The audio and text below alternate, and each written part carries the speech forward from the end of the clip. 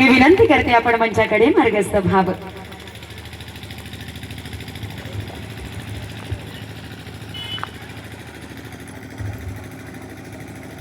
नाही असू दे. या काळू धरण विरोधी कृती समितीच्या वतीनं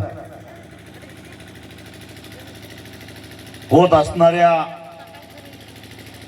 या निर्धार मेळाव्याच्या निमित्तानं आपल्याला मार्गदर्शन करायला उपस्थित असणारे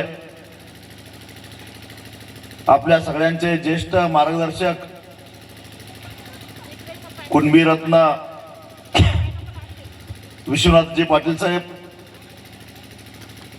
श्रमिक मुक्ती संघटनेच्या श्रीमती इंदवीताई तुळपुळे, महाराष्ट्र जन आंदोलनाचे निमंत्रक प्रशांतजी सरकोल, ठाणे जिल्हा देशमुख मराठा समाजाचे अध्यक्ष विलास काका देशमुख, काळू धरण विरोधी संघर्ष समितीचे सहअध्यक्ष पोपटराव देशमुख, उपाध्यक्ष हरिभाऊ राऊत, कार्याध्यक्ष किसन आलम, सहकार्याध्यक्ष संभाजीदादा देशमुख, तळेगाव नगरीचे सरपंच राजेंद्र किंगवा, मंचावर उपस्थित असणारे त्या संघर्ष समितीचे आणि एकूणच त्या निर्धार मेळाव्याच्या निमित्तानं एक नवा निर्धार व्यक्त करण्यासाठी उपस्थित असणारे सगळेच मान्यवर, उपस्थित पत्रकार मित्र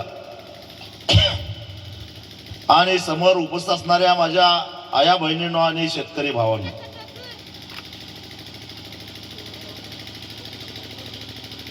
खऱ्या अर्थानं आज या ठिकाणी आपल्याला निर्धार करायचा आहे तो आपल्यासाठी नव्हे तर आपल्या पुढच्या पिढीच्या भवितव्यासाठी. म्हणून किमान जेव्हा हे जग सोडून आपण जाऊ त्यावेळी आपल्या फोटोतल्या तस्बिरीकडे बघून मागच्या पिढीनं म्हणावं या गड्यानं आमच्यासाठी काहीतरी करून ठेवलंय म्हणून आज आम्ही सुखात जगतोय. हे करण्यासाठी आपल्याला हा निर्धार मेळावा आयोजित केलेला आहे. नाहीतर असं नको व्हायला की ज्यावेळी लढाईचा प्रसंग आलेला होता त्यावेळी हा आमचा फोटोतला शेपूट घालून कुठेतरी पळून गेलेला होता आणि त्यामुळे आमच्यावर गुलामगिरीची वेळ आली. अशी वेळ येऊन देऊ नका म्हणून त्या संघर्षाच्या लढाईमध्ये आपल्याला सहभागी व्हायचं. पाटील साहेबांनी सांगितलं आणि आम्ही ही वस्तुस्थिती सुद्धा आहे. अरे या ठाणे जिल्ह्यामध्ये किती धरणं झाली, किती धरणाखाली जमिनी गेल्या, गावं बुडाली, शेती उद्ध्वस्त झाली,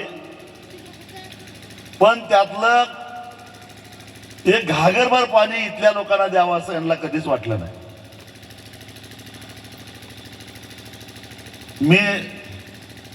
मला वाटतं कल्याण डोंबिवलीच्या शेजारी काही गाव आहेत असं मी ऐकलं. मी अजून तिकडे गेलो नाही कधी. तिथे एक माझ्या भागातला तरुण पोरगा व्हिडिओ म्हणून आलेला आहे. तो मला भेटायला परवा आलेला होता आणि त्यानं सांगितलं साहेब तिथं त्याच्या शेजारी धरणं 3-4 आहेत पण आमच्या हंडा मोर्चा काय माझ्या नशिबातला सुटलेला नाही उन्हाळ्यातला. आणि म्हटलं मग तिथले लोक गप्प कसे काय बसतात म्हटले. पाईपलाईन गेलीत परंतु तिथल्या स्थानिकांना प्यायला काय पाणी. आम्ही सगळे खरे तर भूमिपुत्र आहोत, लक्षात घ्या. ही जमीन आम्ही जपली, हा निसर्ग आम्ही जपला आणि तरी सुद्धा धरणाखाली आमची घरं जाऊन सुद्धा जर प्यायलाच आम्हाला पाणी मिळणार असेल, शेतीचं जर लांबच, शेतीचं सोडून द्या पण प्यायला सुद्धा जर का पाणी मिळणार नसेल आणि जानेवारी महिना सुरू झाल्यानंतर आमच्या आया बहिणींना डोक्यावर हंडा घेऊन पाण्यासाठी वनवन भटकंती करावी लागत असेल तर नम्रपणानं सांगतो आपल्याला खरोखरच ओटावर मिशा ठेवण्याचा काही एक अधिकार नाही. तो अधिकार आपण गमावून बसलेला आहोत. आपल्या डोळ्यासमोरून पाणी चाललंय. तुम्हाला आठवतंय का असाच प्रसंग 2013 मध्ये पुण्याच्या पिंपरी चिंचवडला पानशेत मधनं थेट पाईपलाईननं पाणी आणायचा प्रयत्न झालेला होता. त्यावेळी तिथले भूमिपुत्र पेटून उठले. त्यांचं म्हणणं काय होतं, पुणे शहराला किंवा पिंपरी चिंचवडला पाणी नाही, आमचा विरोध नाही, पण ते बंद पाईपलाईन मधनं जर का तुम्ही पाणी नेलं तर त्या कॅनल मधनं पाणी जात असताना जे काही पाणी खाली झिरपतंय त्याच्यावर आमच्या विहिरी, आमच्या बोरवेल चालतात, त्यातून आमची उन्हाळ्याची शेती चालते. धरण आमचंच आहे. तो आमचा रोजगार, तो आमचा अधिकार काढून घेऊ नका म्हणून ते पुणे मुंबई राष्ट्रीय महामार्गावर आले. मला वाटतं 4-5 लोकांचा बळी गेला, परंतु ती पाईपलाईन बंद पाडल्याशिवाय ते बहादर मागे हटले नव्हते. कारण ते छत्रपती शिवाजी महाराजांचे मावळे होते, त्या मावळ्यांचे वंशज होते. आणि आम्ही अजूनही तेच अजून सोसत बसलेलो आहोत. जेव्हा अशा विकास कामांना विरोध आम्ही करतो त्यावेळी आम्हाला विकास विरोधी ठरवलं जातं. आम्हाला विचारलं जातं, तुम्ही मग आदिवासींना जंगलातच ठेवणार आहात का? शेतकऱ्यांना लंगोट्यावरच ठेवणार आहात का? तुम्ही काय प्रगती होऊन देणार आहात का नाही? विकासाला आमचा विरोध नाही. मानवी जीवनामध्ये प्रगती व्हावी, विज्ञानाच्या साहाय्याने त्यांनी अधिक प्रगत व्हावा, यालाही आमचा विरोध नाही. पण ज्याने मला घडवलं चळवळीमध्ये ते आमचे गुरु शरद जोशी सांगायचे, तुम्ही विकासाचे मनोरे बांधा, खुशाल बांधा, त्याला आमचा विरोध नाही, पण त्या मनोऱ्याखाली आमच्या शेतकऱ्यांची थडगी दबता कामा नये, एवढंच आमचं म्हणणं आहे. अरे आमची थडगी बांधून कसला विकास करताय तुम्ही? आज मला या सरकारला विचारायचं आहे, एकनाथ शिंदेना आणि त्या प्रताप सरनाईकांना विचारायचं आहे, तुम्ही मराठी सक्ती करताय रिक्षावाल्यांना, अरे पण ज्या भूमिपुत्राच्या भागातनं तुम्ही पाणी नेताय ते त्याच्या आया बहिणी तहानलेल्या आहेत, याचा विचार केला का कधी? त्याच्या शेतीचं काय? एवढी सगळी सुपीक जमीन आहे, पण उन्हाळ्यामध्ये बंजर रखरखीत झालेली असते का? तर एवढा अमाप पाऊस पडून सुद्धा त्या पडलेल्या पावसाच्या पाण्याचा उपयोग उन्हाळ्यामध्ये शेती हिरवीगार करण्यासाठी जर आम्हाला उपयोग होणार नसेल तर उपयोग कुणाला? मग कशासाठी? आणि गावं बुडवून मला वाटतं की याच्यामध्ये तुम्ही सांगितलेला आकडेवारी जर बघितली तर जवळजवळ 6,000 बाधित कुटुंब आहेत. 21,000 लोकांना तुम्ही बेदखल करणार आहात असं मला सांगितलं गेलं. एवढ्या लोकांना देशोधडीला लावून तुम्ही इथल्या लोकांना पाणी देणारच नाही. मला सरकारनं सांगावा की हे जे काळू धरण असेल की शाही धरण असेल, हे धरण पूर्ण झाल्यानंतर त्यातला इथल्या शेतीला पाणी किती मिळणार आहे, इथल्या स्थानिक जनतेला प्यायला पाणी किती मिळणार आहे, आणि तुम्ही किती नेणार आहात? अरे समन्यायी पाणी वाटपाचं काय धोरण आहे का नाही तुमच्याकडं? काय फक्त आमचा बळीच द्यायचा का? तर आम्ही बळीराजे आहे आणि आमचा बळी देऊन तुम्ही पाणी घेऊन जाणार. आणि ते कुणासाठी? ते जे लोंढे परप्रांती यायला लागलेत त्यांना पिण्यासाठी तुम्ही इथलं पाणी घेऊन जाणार, आणि आमचे बिचारे इथले गोरगरीब लोक रोजगारासाठी पिंपरी चिंचवडला, पुण्याला, नवी मुंबईला हमाली करायला जाणार. अरे लाजा वाटत नाहीत का तुम्हाला? इथल्या भूमिपुत्रांना इथंच रोजगार निर्माण व्हावा अशा पद्धतीचे काय प्रयत्न तुम्ही केले हे सांगा. गेली अनेक वर्ष तुम्ही प्रतिनिधित्व केला. जर इथली शेती फक्त इथला हा सगळा परिसर केवळ भात शेतीवर न अवलंबून राहता जर शाश्वत सिंचन मिळालं असतं तर ही जमीन सुद्धा हिरवीगार झाली असते. आणि हे जे उघडं बोडकं माळ आहे त्याच्यावर काजूच्या आणि आंब्याच्या बागा फुलल्या असत्या, अरे त्यासाठी तुम्ही काय प्रयत्न केले या प्रश्नाचं आम्हाला उत्तर द्या. तुम्ही मोठे विकास पुरुष आहात ना, तुम्ही परिवर्तन घडवलं ना, पण त्याचा इथल्या लोकांना काय फायदा झाला? कारण तुम्हाला काय करायचं आहे, तुम्हाला पहिल्यांदा इथल्या भूमिपुत्राला बेदखल करायचा आहे, त्याला हुसकावून लावायचा आहे, त्याला चिरीमिरी देऊन त्याच्या जमिनी विकत घ्यायच्या आहेत. आणि एकदा जर का ह्या सगळ्या जमिनी ताब्यात आल्या मग ह्या हिरव्यागार करायच्या. गणेश नाईकांचा फार्म हाऊस बघितला का नाही? कसा हिरवागार आहे. एकनाथ शिंदेचा आहे काय अजून डेव्हलप व्हायला लागलाय? त्यांच्या बगल बच्चांच्या आहेत. आणि मला शिंदे साहेबांना सांगायचं आहे, शिंदे साहेब तुम्ही ठाणे जिल्ह्याचे पालकमंत्री आहात, ठाणे जिल्ह्याचे नेते आहात, तुमचं या जिल्ह्याकडे अजिबात लक्ष नाही. ठाणे शहराच्या पलीकडे तुमचं कुठं लक्ष आहे का नाही मला माहित नाही, किंवा फक्त रिकाम्या जमिनी खरेदी करण्यापुरतं तुमचं लक्ष असेल. जसं तुम्ही तुमच्या सातारा जिल्ह्यातल्या गावामध्ये, कुठलं गाव आहे त्यांचं, दरे गावाला हेलिकॉप्टरनं जाऊन उन्हातानामध्ये शेती करता, तशी इथली शेती हिरवीगार व्हावी अशा या ठाणे जिल्ह्यातल्या मुरबाड तालुक्यातल्या शेतकऱ्यांची इच्छा आहे. केला का प्रयत्न? आणि मग करायचंय तुम्हाला पुनर्वसन. जेवढं तुम्ही महाबळेश्वर परिसरामध्ये जमिनी खरेदी केलेल्या आहेत त्या सगळ्या ह्या प्रकल्पग्रस्तांना देऊन टाका. मी त्यांचं बघतो मग सगळं कसं करायचं डेव्हलपमेंट. देता का? अरे इथल्या भूमिपुत्रांना जे वर्षानुवर्षे या डोंगर माथ्यावर सुखानं जगत राहिले त्यांना पुण्या मुंबईला भीक मागायला लावता. लाजा वाटत नाही का तुम्हाला? आमचा संघर्ष त्यासाठी आहे, लक्षात ठेवा.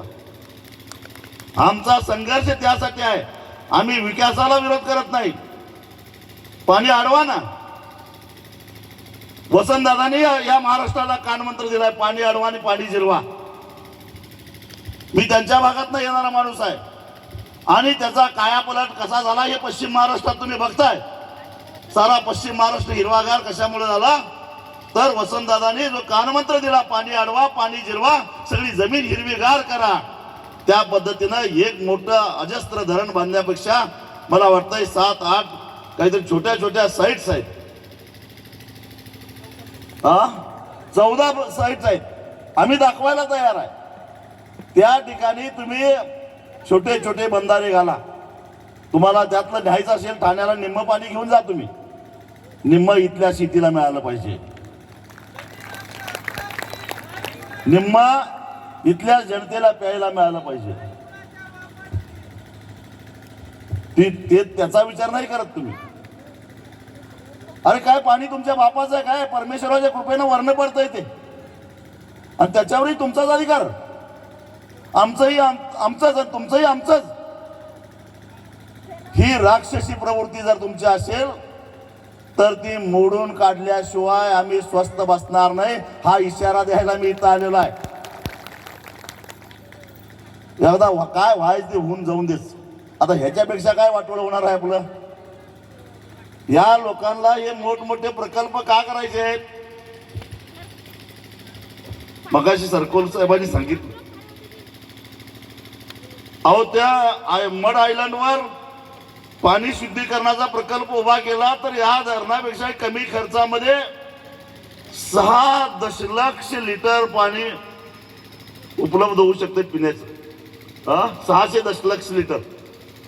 आणि यात तुमचं किती आहे? फक्त 440. त्यातला उपयुक्त साठा आहे फक्त 401.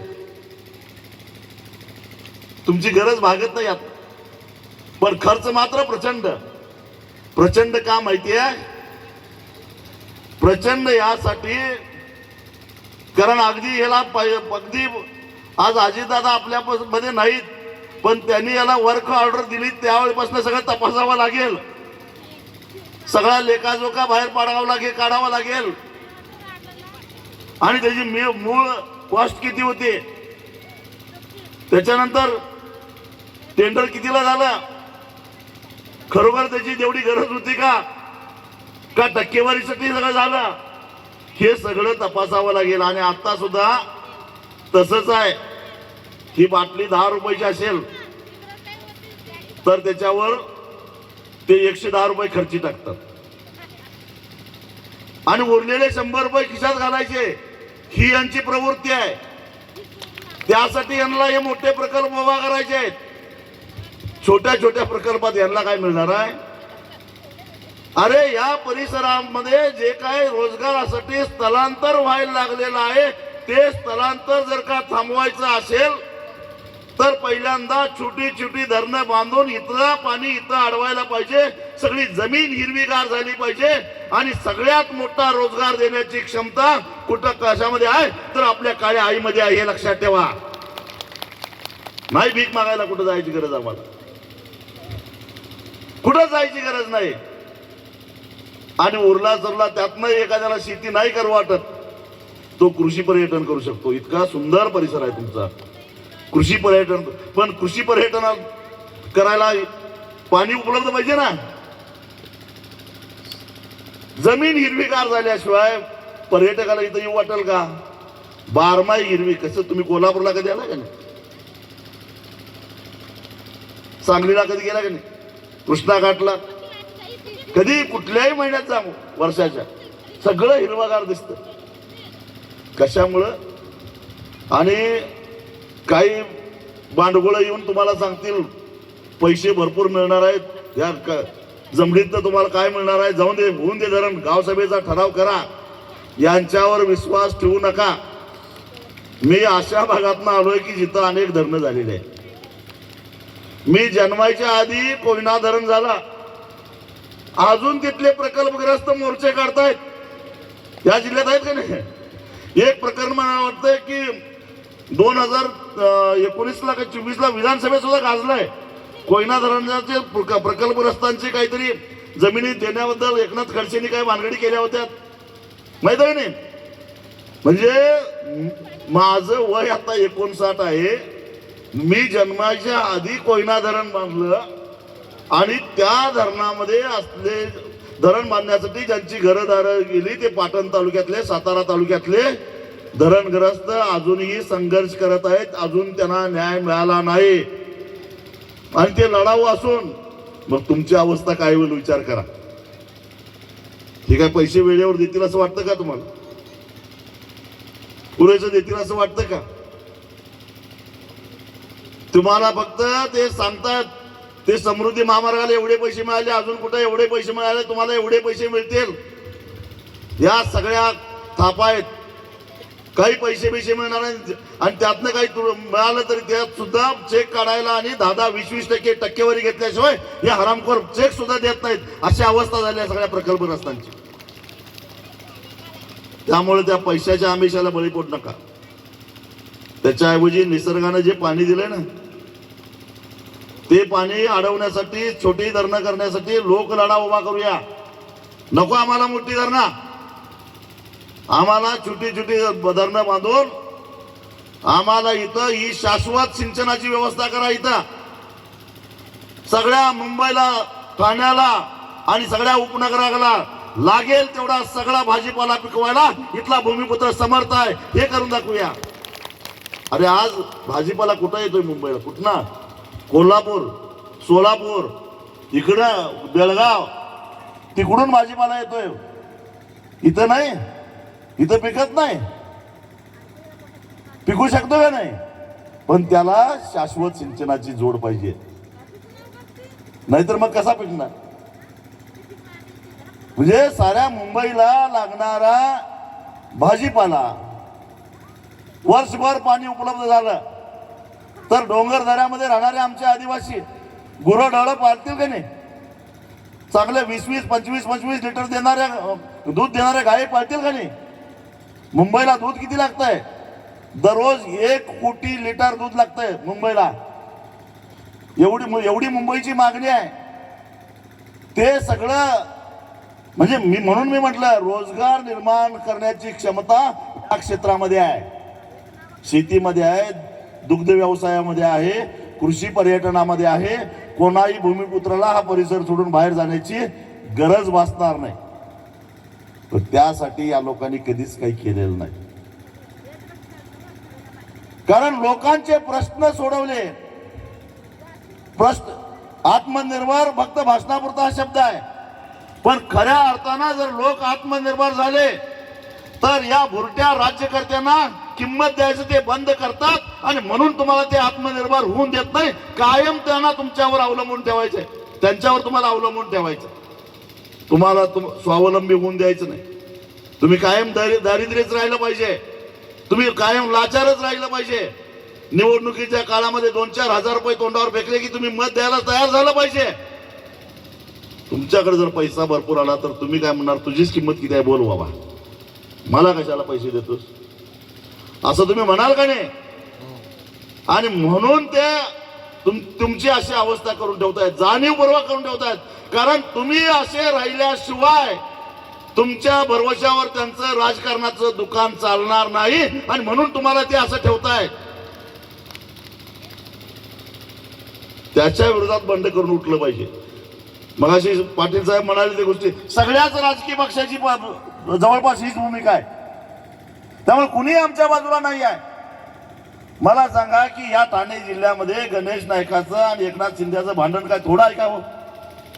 हा, पण हे काळू धरण होणे म्हणून एकही तुमच्याकडे यायला तयार नाही. गणेश नाईकही येत नाही आणि ते एकनाथ शिंदे पण येत नाही. त्या बाबतीत मात्र दोघांचं एकमत. का रे बाबांनो, म्हणजे आमचा प्रश्न असला की तुम्ही एक, आमच्या प्रश्नात आम्हाला आमचं वाटोळं करायचं म्हटलं की तुम्ही दोघं एक, आणि तुमचा स्वार्थ असला की तुम्ही दोघं एकमेकाच्या विरोधात. अरे एवढं तरी ओळखा, एवढं तरी समजून घ्या. राजकारण घाला ते चुलीत, पहिला हे लक्षात घ्या, हे ध्यानात घ्या. आपल्या मूळ दुखण्यावर कुणालाही बोलायला इंटरेस्ट नाही, काही भूमिका घ्यायला इंटरेस्ट नाही. त्यांना एवढाच इंटरेस्ट आहे. एक आता मला वाटतं की अजून एक इथनं ठाण्यावरनं लातूरला एक रस्ता काढायला लागले. खरं आहे ना? हा, ठाण्यावरनं लातूरला एक रस्ता काढायचा आहे. तिकडनं नागपुरातनं गोव्याला एक शक्तीपीठ महामार्ग चाललेला आहे. आता मला एक कळत नाही का, तर म्हणजे नागपुरातनं गोव्याला 8 तासामध्ये माणूस गेला पाहिजे. अंतर किती? 856 किलोमीटर. तो 8 तासामध्ये नागपुरातनं थेट गोव्याला गेला पाहिजे. मी हिशेब केला की 8 तासामध्ये गोव्याला जायचं म्हटलं तर साधारणपणे गाडी तशीच पाहिजे, म्हणजे 1 लिटरला 10 किलोमीटर ॲव्हरेज असणारीच गाडी असली पाहिजे. म्हणजे जवळपास 10 ते 11 हजार रुपयाचं डिझेल खर्च होणार. बरोबर? 8 तासात जायला डिझेल 11 हजारचं खर्च होणार. आणि नागपूर ते गोवा विमानाचं तिकीट आहे 3,000 रुपये. 2 तासात माणूस जातोय. मग 2,000-3,000 रुपये खर्च करून 2 तासात गोव्याला गेलेलं बरं काय? 10-11 हजार रुपये खर्च करून 8 तासामध्ये गोव्याला गेलेलं बरं? अरे कुणाला मूर्ख बनवताय? कुणाला मूर्ख बनवायला लागलाय? आणि कुठे म्हणजे सगळी शक्तीपीठ आम्हाला जोडायची आहेत. नागपूर पासून रत्नागिरीपर्यंत पोहरादेवी, औंढा नागनाथ, परळी वैजनाथ, औदंबरचा दत्त, नरसोबावाडीचा दत्त, पंढरपूरचा विठोबा, तुळजापूरची भवानी माता, त्याच्यानंतर कोल्हापूरची महालक्ष्मी, आदमापूरचा बाळूमामा, असं सगळं देवस्थान करत करत कुठं जायचं? पत्रा देवी म्हणून एक देवी आहे, त्या देवीला जायचं म्हणा. ती देवी म्हणजे काही नाही हो, एक एवढं 3.5 फूट उंचीचं एक छोटंसं देऊळ आहे. ती म्हणा पत्रादेवी शक्तीपीठ. ती पत्रादेवी आहे गोव्यामध्ये. आणि त्या मंदिराच्या भोवती आहेत सगळी दारूची दुकानं. म्हणजे 8 तासामध्ये दारू खरेदी करायला, ज्याच्यावर अतिशय कमी कर आहे आणि स्वस्तात मिळते, ती दारू खरेदी करायला ह्यांना जायचं आहे मुंबईला, गोव्याला. ही यांची लक्षणं. बरं, आता आम्हालाही कळते की बरं, तुम्हाला मूळ मुद्दा सांगतो की अशी मोठे प्रकल्प का करायचे आहेत. याचं कारण ह्या 856 किलोमीटर रस्ता करायला यांना 1 लाख कोटी रुपये खर्च येणार आहे.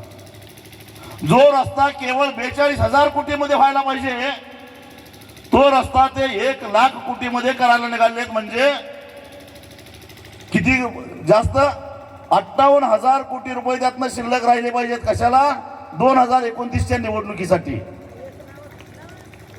एका रस्त्यापाठीमागे म्हणजे 42,000 कोटीमध्ये पूर्ण होणारा रस्ता 58,000 कोटीमध्ये करायचा आणि 29च्या निवडणुकीसाठी 58,000 कोटी रुपये खिशात टाकायचे. आणि यावेळी मताला दर काढला 5,000, पुढच्या वेळी काढायचा 10,000 आणि तुम्ही देताय. मग यासाठी यांना मोठे प्रकल्प पाहिजे. हे काळू धरणाची भानगड तीच आहे. यांना मुंबईला ठाण्याला पिण्याच्या पाण्यासाठी हा प्रकल्प नको. यातनं यांना पैसा उभा करायचा आहे. यांच्या बगल बच्चांनी आजूबाजूला ज्या काही जमिनी घेऊन ठेवलेल्या आहेत तुम्हाला फसवून त्या सरकारलाच विकायच्या आणि तेही तुमचं पुनर्वसनाच्या नावाखाली जे प्लॉटिंग करायचं 3 लाखाला जमीन घ्यायची आणि 3 लाखाला एक प्लॉट त्यातनं पैसा कमवायचा यांना.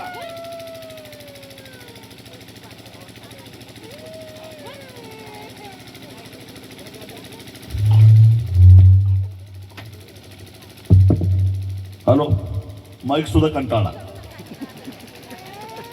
की काय थांबत नाही. आता म्हणलं आपणच बंद पाडावं. ही तर गोष्ट खरी आहे की नाही? अहो 3 लाखाला जमीन विकत घेतली, तिथं 3 लाख गुंठ्याप्रमाणात ते आता प्लॉट विकणार, सरकारकडनं तसे पैसे घेणार आणि नेमकं त्यांच्या बगल बच्च्यांच्या जमिनीवरच या सगळ्या वसाहती जाणार. मी पैसे देऊन सांगतो, तिथंच होणार त्यांचं. त्यासाठी यांना हे प्रकल्प पाहिजे झाले आहेत. पुनर्वसनाच्या नावाखाली पैसा खायचा, धरणाच्या उभारणीच्या नावाखाली पैसा खायचा आणि राहिले पैसे उरलं सुरलं पाणी एक ठराव मंत्रिमंडळाचा करायचा आणि त्यांच्या राखीव असणाऱ्या जमिनीवर तेवढं त्यातनं पाणी उचलायचं आणि ती जमीन हिरवीगार करायचा. हा सगळ्यांचा डाव आहे. आणि तुम्ही पाण्यासाठी संघर्ष करत राहा. असंच संघर्ष समित्या काढा, अजून काय काढा, असंच हे करणार आहेत. आणि त्यामुळं हे जर का बंद करायचं असेल तर आपली एकजूट हीच आपली एक ताकद आहे. एकटे दुकटे आपण काही करू शकत नाही. आणि मला माहित आहे या सगळ्या भामट्यांचा सगळ्यात जास्त जीव कशावर असेल तर तो फक्त ठाणे आणि मुंबई या 2 शहरावरच आहे. त्यांच्या त्या 2 शहरामध्ये जीव अडकलेला आहे. जसा तुम्ही पुराण कथेमध्ये राक्षसाची कथा ऐकलेली आहे. त्या एका साधूने त्यांना काय सांगितलं, या राक्षसाला मारायचं असेल तर या राक्षसाचा जीव पोपटात आहे, पोपटाची मुंडी मुरगाळा, राक्षस आपोआप मरून पडेल. यांचा पोपट कुठं आहे? ठाण्यात आहे. यांचा पोपट कुठं आहे? मुंबईत आहे. आणि या ठाणे मुंबईचं मानगुड जर धरायचे असेल तर पाटील साहेब एकदा ठरवूया, सारा कोकण सारा भूमिपुत्र एक करूया. आणि एक काम करा, तुम्ही मुंबईचं पाणी अडवा, मी मुंबईचं दूध आणि भाजीपाला अडवतो. मुंबई तडपडायला लागेल. या मुंबईला असं तडपडत ठेवतो ते मी 2 वेळा करून दाखवलेलं आहे. मी अशा नुसतं वल्गना करणारा माणूस नाही. मी 2007 साली जेव्हा विलासराव मुख्यमंत्री होते त्यावेळी 5 दिवस मुंबईचा दूध पुरवठा थांबवलेला होता. विलासराव परदेशात होते, अमेरिकेत होते. तिथनं रात्री 2:30 वाजता मला फोन केला, मी आल्या तुमचा दुधाचा दर वाढवून देतो पण दूध चालू करा. अनेक प्रयत्न केले त्यांनी पण मुंबईला दूध येऊ शकलं नव्हतं. तेच 2017 साली 10 वर्षांनी पुन्हा एकदा मी केला. आणि त्यावेळी आदिवासी नेते काळूराम काका सुद्धा माझ्यावर होते.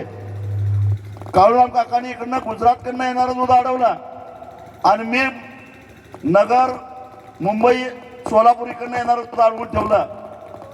देवेंद्र फडणवीस त्यावेळी नागपूरला अधिवेशन चालू होतं. देवेंद्र फडणवीसांनी रात्री, मी पालघरला होतो, रात्री 2:30 वाजता गिरीश महाजन संकट मोचक त्यांना पाठवलं माझ्याकडं. जा म्हटले शेट्टी साहेब काय म्हणतात बघा, पण उद्याच्या उद्या आपल्याला दूध चालू करावं लागेल. का तर तुमचं दूध आम्हाला नको, आम्ही गुजरातचं दूध आणतो. म्हणून त्यांनी काय केलं, 65 टँकर भरून गुजरातकडनं दूध येत होतं. एकट्या आमच्या काळूराम काकांना हे 65 टँकर अडवून ठेवलेले होते तलासरीला. इथंच होतो. टँकर आला आणि मला फोन केला, या म्हटले इथं मला जरा पोलीस दम आणलेत. त्यावेळी मी खासदार होतो.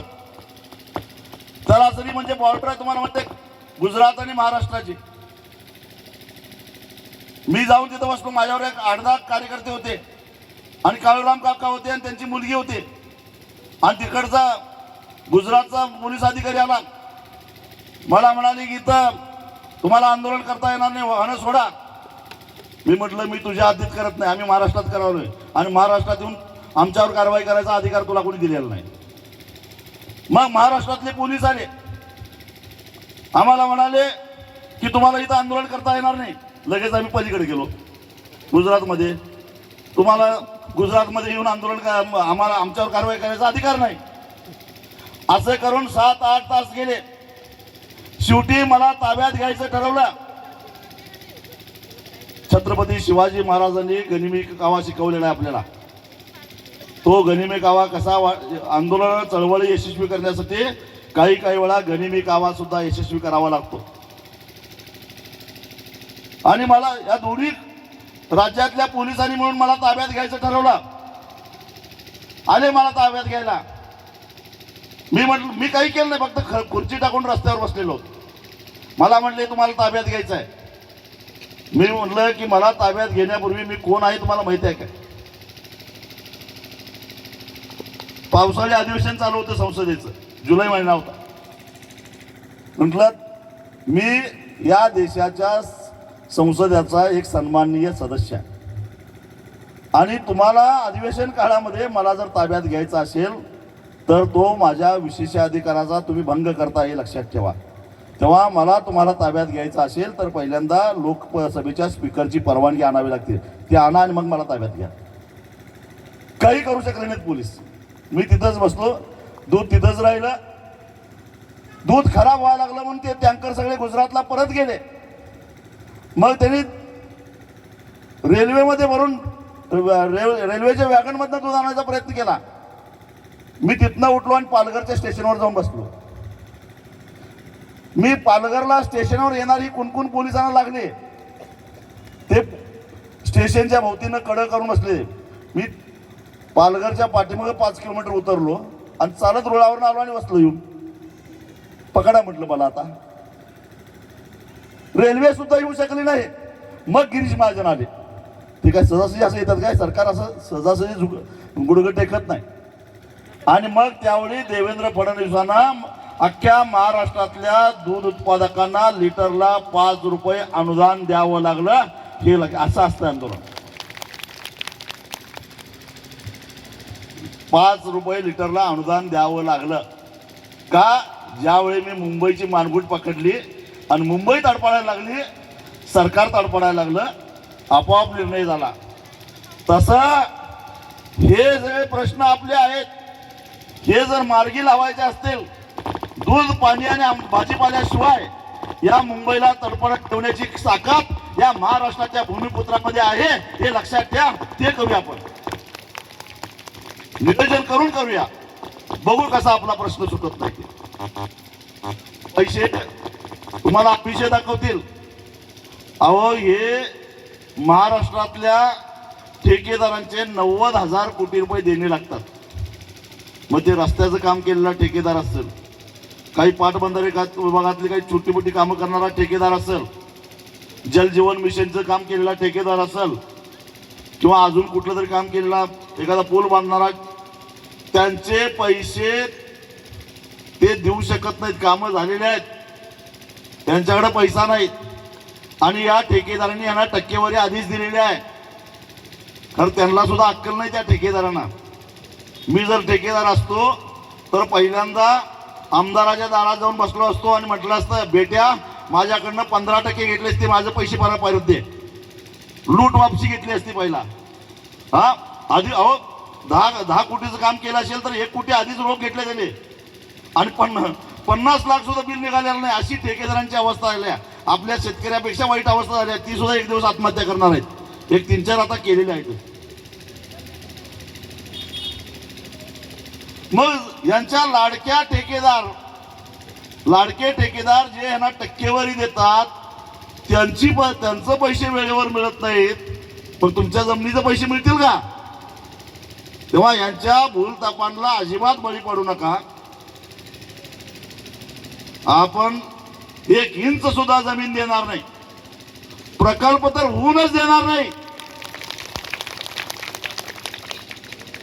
पाटील साहेबांनी केलेली सूचना अतिशय योग्य आहे. शाही धरण असेल किंवा काळू धरण असेल, या दोन्ही प्रकल्पग्रस्तांनी एकत्रित येऊन आपण अशा प्रकारची एक व्यूहरचना करायची आणि करायची ते सुरुवातीपासूनच.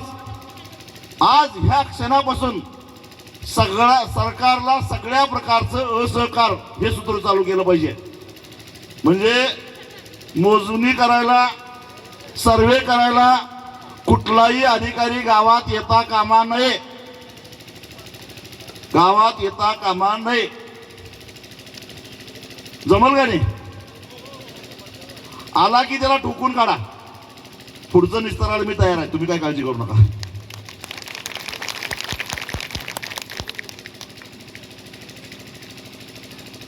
मी पाटील साहेब तुमच्यासारखा नाही, माझ्यावर 100च्या वर केसेस होऊन गेल्या. 5 वेळा मरणाच्या दारातनं परत आलेला माणूस आहे मी. आता यम सुद्धा कंटाळा आहे मला. काय तुला जमल त्यावेळी ये म्हटलं तिकडं. तेव्हा जर आमच्यावर अन्याय करून कुणीतरी सांगतंय म्हणून इथल्या भूमिपुत्रावर जर कुणी अशी जबरदस्ती करत असेल, तर त्या सरकारी अधिकाऱ्यांना या क्षणापासून असहकाराचं आंदोलन आपल्याला सुरू करावं लागेल. आणि सुरुवातच जर का त्यांना योजनी करता आली नाही, बाकीच्या गोष्टी करता आली नाहीत, तर करणार काय आहे तो? गाव सभेचं काहीतरी मला वाटतं तारखा सांगितल्या त्यांनी, नाही काय रद्द झाल्या. हा, परत गाव सभा घेण्याचा प्रयत्न केला तर हाणून पाडा. काही अंशतः बाधित गाव आहेत, त्यांना वाटत असेल की आपलं काय थोडं जात आहे, पण अंशतः जाणाऱ्यांची तर अशी अवस्था अत्यंत वाईट असते. जरा महाराष्ट्रामध्ये जे जे प्रकल्प झालेत त्यांची जरा प्रकल्पग्रस्तांची माहिती घ्या. पूर्ण ज्यांचे विस्थापित झाले त्यांना किमान काही अंशी तरी थोडाफार न्याय मिळाला आहे, पण अंशतः बाधित अजून बोंबलत बसलेले तसंच. तेव्हा तुमची अवस्था काय फार चांगली होणार नाही. कुणीतरी सांगतंय म्हणून वर्ण निरोप आला म्हणून गाव सभेचा ठराव करण्याचं पाप करू नका, एवढंच मला सांगायचं आहे. किती पैसे मिळणार आहे तो, पण काही थोडेफार पैसे तुम्हाला अंशतः बाधित म्हणून मिळाले, पण या सगळ्या परिसराला बेचिराख करण्याचं पाप तुमच्या कपाळावर कायमचं लागणार आहे. लक्षात ठेवा, तुमची नातवंड सुद्धा तुम्हाला कधी माफ करणार नाहीत.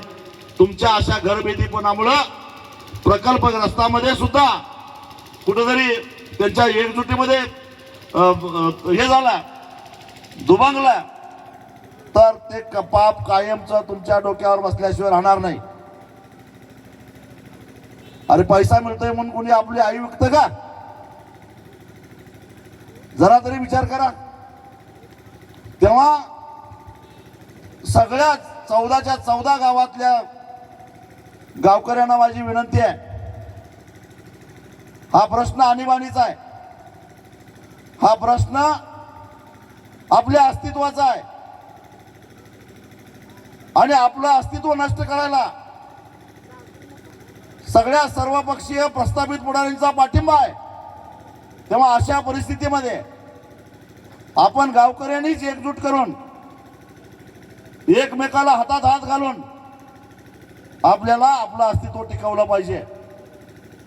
आणि ते टिकवण्यासाठी गावसभेचा ठराव करून द्यायचा नाही. केला तर आम्हाला हा प्रकल्प नको, आम्हाला छोटे प्रकल्प करा आणि आमच्या शाश्वत सिंचनाची व्यवस्था करा असा ठराव करा. पण हा मोठा प्रकल्प आम्ही होऊन देणार नाही. कुणीतरी 4 पैसे मिळवावेत. समृद्धी महामार्ग झाला आणि आमदाराचा दर 50 कोटी निघाला.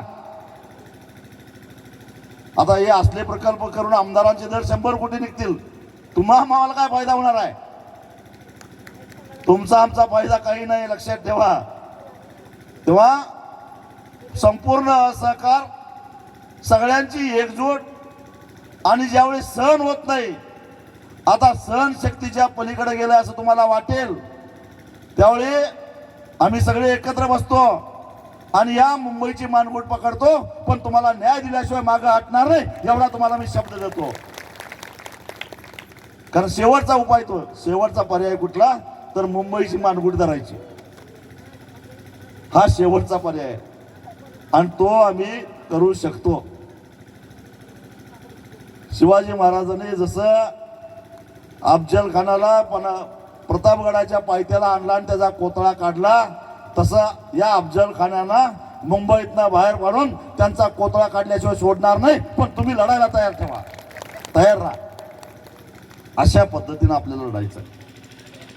मी आता कोकणातल्या आंबा उत्पादकांचा सुद्धा प्रश्न हातात घेतलेला आहे, तुम्हाला माहिती आहे.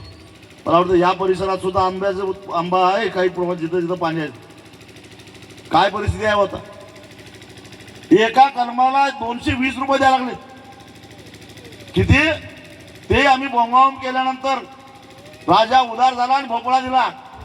किती कलमाला 220 रुपये. अरे दिवसाची मजुरी 800 रुपये आहे. आंब्याच्या कलमाचं राखण करणाऱ्याचं मजुरी किती आहे आता, 800 रुपये आहे की नाही. एका मजुराच्या एका दिवसाच्या किमती एवढी तरी द्यायचं, 220 रुपये. आणि याचा जाब विचारण्यासाठी म्हणून येत्या 15 मेला आम्ही रत्नागिरी, सिंधुदुर्ग, रायगड, कोकणातले जेवढे जेवढे म्हणून आंबा उत्पादक आहेत, काजू उत्पादक आहेत, काजू उत्पादकाला तर वाड्यावर सोडलंय, या सगळ्यांना घेऊन 15 मेला वर्षा निवासस्थानावर मुख्यमंत्र्याला जाब विचारायला मी निघालेलो आहे. कोकणातला माणूस खवळल्यानंतर काय करतो ही त्यांना तिथं कळलं. आणि मग आता त्यांचे धाबे दाणांडलेत, आता 220 रुपये म्हणालेत. अहो त्यांना जरा तरी लाज वाटली पाहिजे. देवगड हापूस, रत्नागिरी हापूस, वेंगुर्ला हापूस असं लेबल लावायचं आणि गुजरातचा वलसाडचा हापूस, इकडचा बेंगलोरचा हापूस, तामिळनाडूचा हापूस इथं विकायचं पॅकिंग करून. रद्दी कोकणातलीच, कारण गिरायकाला खरं वाटलं पाहिजे म्हणून कोकणातली रद्दी खरेदी करायची आणि आंबा त्यात घालायचा कुठला, बाहेरचा. 10% सुद्धा पीक नाही आंब्याला, तरी हे खुलेआम सगळं चालू आहे. आम्ही परवा एपीएमसी मध्ये गेलो, मार्केट कमिटी, मुंबई मार्केट कमिटीत, आणि सांगितलं व्यापाऱ्यांनो हे धंदे बंद करा, नाहीतर तुमच्या सगळ्या दुकानातले सगळं साहित्य बाहेर टाकायला वेळ लागणार नाही. आणि एक दिवस तो कार्यक्रम मी करून दाखवणारच आहे. तुम्हाला माहिती आहे एकदा मी काय केलं होतं, आम्ही दूध गोरगरिबांना वाटू, रस्त्याला अभिषेक करू, पण चोरानो तुम्हाला दूध देणार नाही अशी भूमिका घेतली आणि सारा रस्ता दुधाच्या अभिषेकानं न्हावून निघाला. तसा आता हा परप्रांतीय जो आंबा आहे त्या आंब्याचं शिकरण आता रस्त्याला घालणार आहे मी खायला, त्याशिवाय हे सुधारणार नाहीत. अशा प्रकारची आंदोलन केल्याशिवाय आपल्याला न्याय मिळायचा नाही. आणि तो न्याय मिळवण्यासाठी आपण काय ते दक्षिणेकडचे चित्रपटात दाखवतात तसं काय आपण सुपरमॅन बिन काय नाही. असा एक धक्का दिला खांद्यानं तर 25 फूट गाडी उडली पाहिजे असं काय आपली ताकद विकत नाही. पण आपली ताकद कशात आहे, आपली ताकद आहे एकजुटीत. आपल्याकडे डोकं पण आहे आणि डोक्यांची संख्या सुद्धा आहे. त्या डोक्यांची संख्या एकजूट करून यांची थडगी बांधायची आहेत आणि त्यासाठी आपल्याला गावागावातला शेतकरी एक केला पाहिजे, एकमेकाच्या मत्तीला धावून गेलं पाहिजे. अशा पद्धतीनं जर का आपण केलं तर 100% तुम्हाला सांगतो तुमची घरं, तुमची शेती, तुमची गावं वाचल्याशिवाय राहणार नाहीत. हा माझा तुम्हाला शब्द आहे सगळ्यांच्या वतीनं. मी एकटा नाही, मी एकटा काही करू शकत नाही, पण आपण सगळ्यांनी मिळून तुम्ही साथ दिली तर हे करू शकतो, करणं शक्य आहे. यापूर्वी 25 वर्षामध्ये हे अनेक वेळा करून दाखवलेलं आहे आणि म्हणून तुम्ही सगळ्यांनी साथ द्या एवढीच विनंती करतो आणि इथंच थांबतो. धन्यवाद.